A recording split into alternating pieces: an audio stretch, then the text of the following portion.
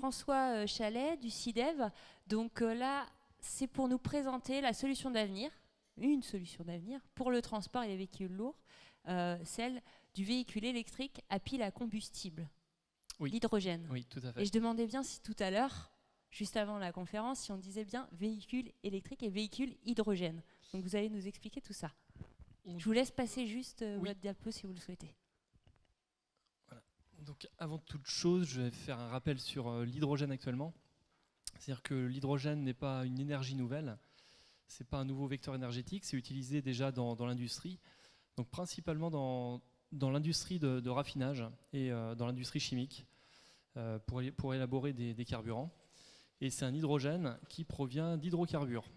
Les hydrocarbures, donc c'est des molécules carbonées et hydrogénées, et on vient casser ces molécules pour en extraire du dihydrogène.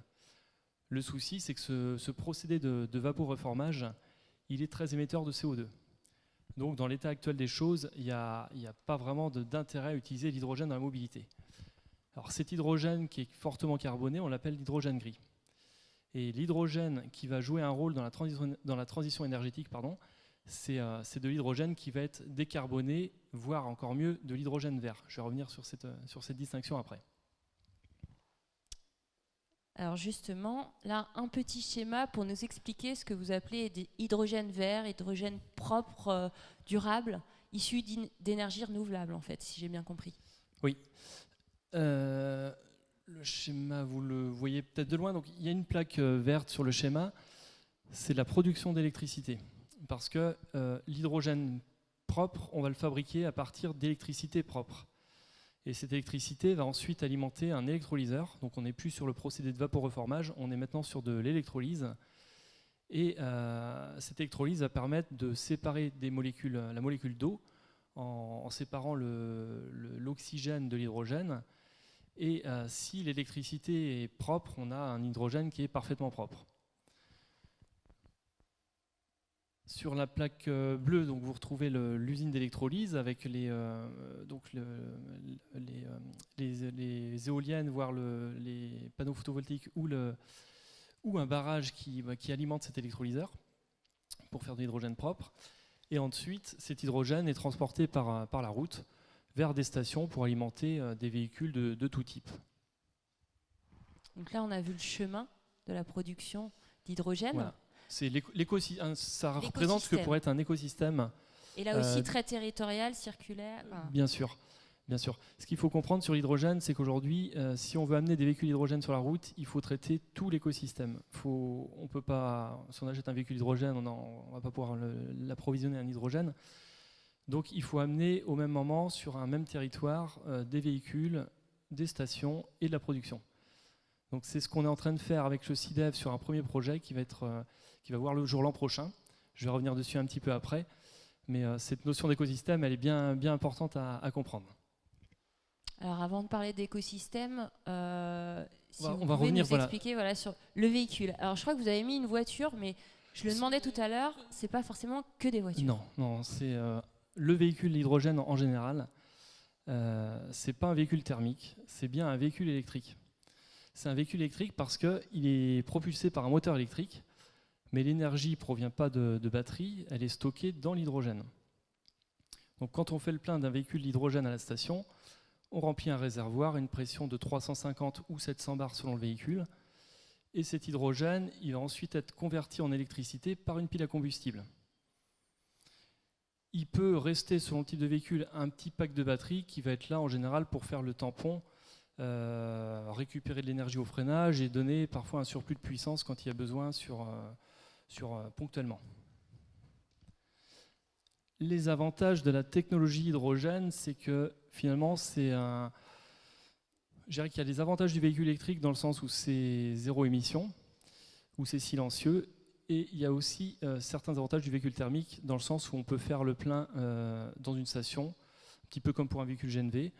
On fait un plein en 5 minutes sur une voiture et ça permet d'augmenter le taux de disponibilité du véhicule. C'est-à-dire qu'on s'arrête 5 minutes et on repart pour un long trajet.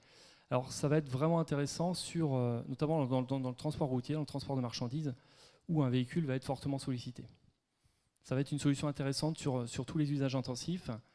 Et c'est une solution qui sera intéressante aussi pour les usages lourds parce que la charge utile n'est pas ou peu dégradée. Elle serait nettement plus dégradée sur un poids lourd qui serait propulsé par des batteries. Donc justement, ça fait la transition sur la prochaine diapo que vous allez présenter, les usages. Oui. Quels usages pour les véhicules hydrogène? Ou quels usages? Voilà. Quel type de véhicule pour quels usages? Alors de loin, c'est peut-être pas très très clair. En bleu, c'est les solutions qui sont déjà commercialisées. Actuellement, on peut acheter une voiture particulière à hydrogène, bien sûr à condition d'avoir une station dans la région. On retrouve également des bus et des bennes à ordures ménagères. Et alors ça, c'est vrai que ces produits sont intéressants parce que on est sur des flottes captives et les premiers écosystèmes qui se développent sont des écosystèmes de flottes captives.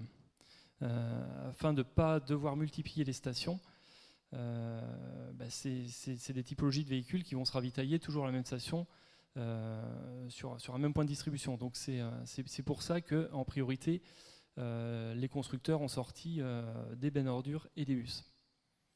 Le transport routier, on estime que les constructeurs vont avoir une offre d'ici 2023 voire 2025 parce qu'aujourd'hui c'est prématuré par rapport à ce que je disais.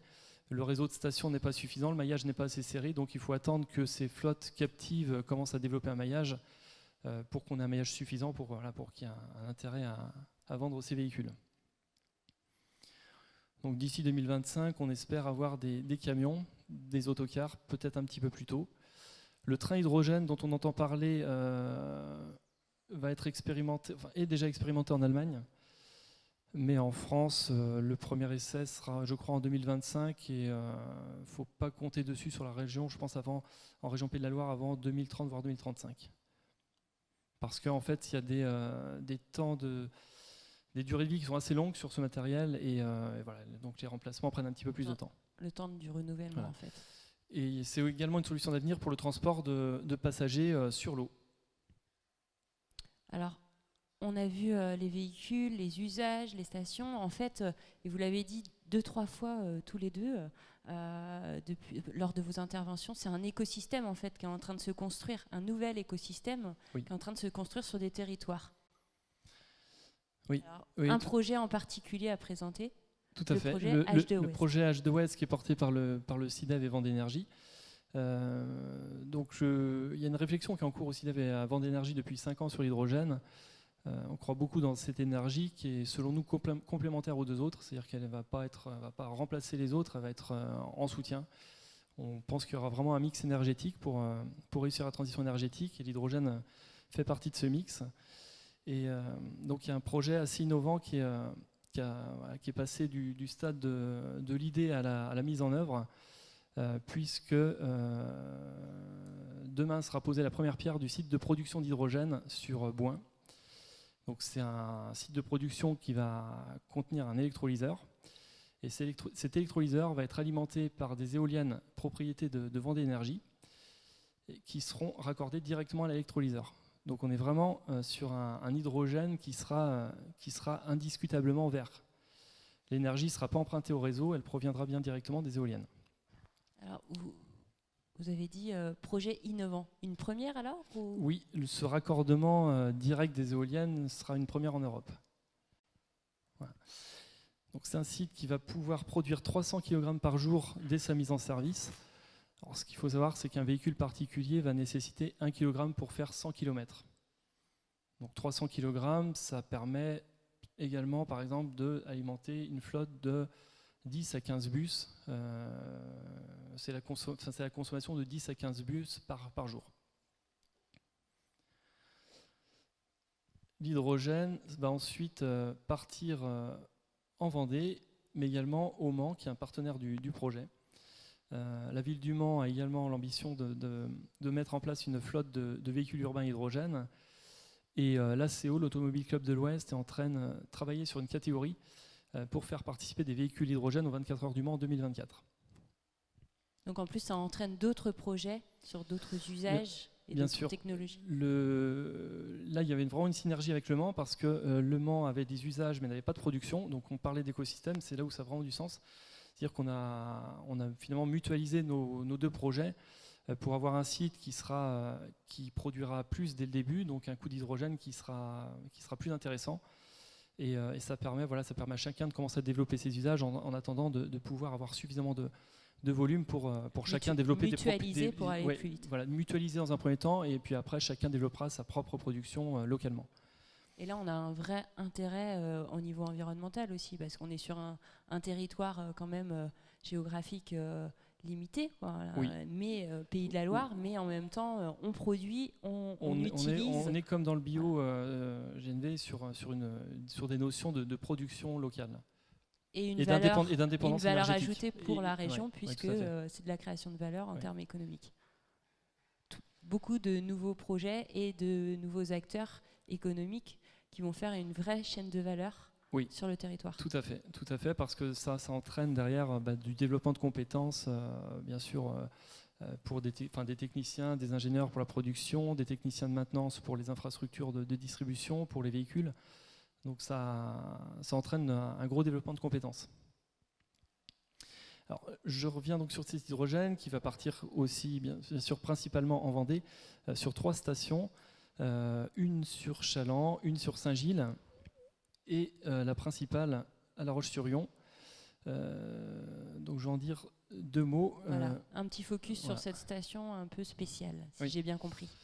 Oui, puisque SIDEV et Vendée Énergie déploient donc les 3 énergies que l'on vient de citer. Il nous semblait pertinent à La Roche-sur-Yon de faire la première station multi-énergie de la région qui va regrouper de l'hydrogène, du GNV et des superchargeurs pour les véhicules à batterie. Voilà, ça permet de mutualiser et puis de déployer les 3 énergies ensemble.